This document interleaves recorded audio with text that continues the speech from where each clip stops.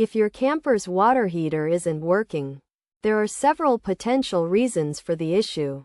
One possibility is a faulty electric supply, which could be caused by loose connections, damaged wires, a misconfigured thermostat, or a burnt-out heating element. To address this, inspect the unit to ensure that the connection to the power supply is secure, and replace any damaged wires or a burnt-out heating element if necessary. Additionally, check if the thermostat has tripped and reset it, and verify that the switch is intact. Another potential cause is sediment buildup at the bottom of the tank, which can prevent heat from being conducted properly.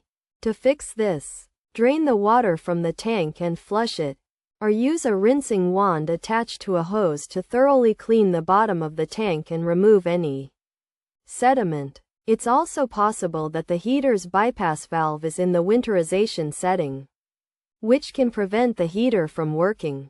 To resolve this, inspect the bypass handles and ensure they are in the correct position.